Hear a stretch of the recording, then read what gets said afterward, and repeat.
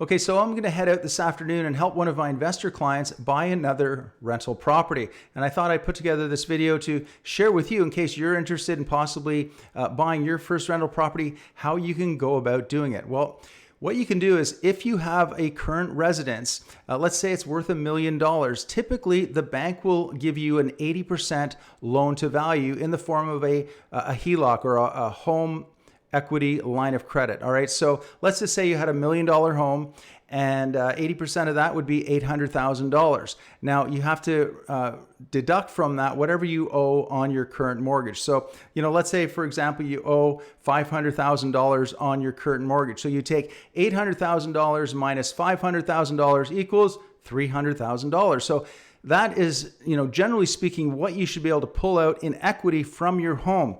So the bank's going to give you $300,000. Step two, you're going to go buy a place. Use that money for your down payment. Now, one of the great things that you can do is if you don't have enough equity right now, you can actually go buy a pre-construction condo. Pre-construction condos, typically, they're not ready for 2 to even 3 years out. So what would happen is you would put 5 to 10% down on that condo to secure it, and you're actually purchasing it, but you don't have to pay the remainder of the down payment until 2 or 3 years out when the condo completes. So that means you have 2 to 3 years to save up for that down payment.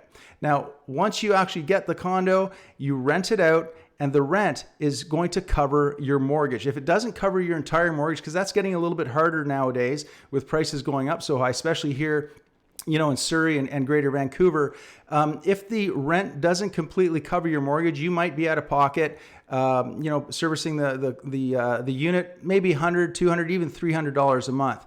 But guess what? That's forced savings for you, because that $100, $200, even $300 a month you're paying to own that property, the appreciation on that property is going to go up, up, up. So as long as you hold on to it, you are going to make money, and then you can keep repeating this over and over and over, buying more and more properties using other people's money. And guess what? One of the greatest things about a HELOC, when you take equity out of your home, it is tax-free.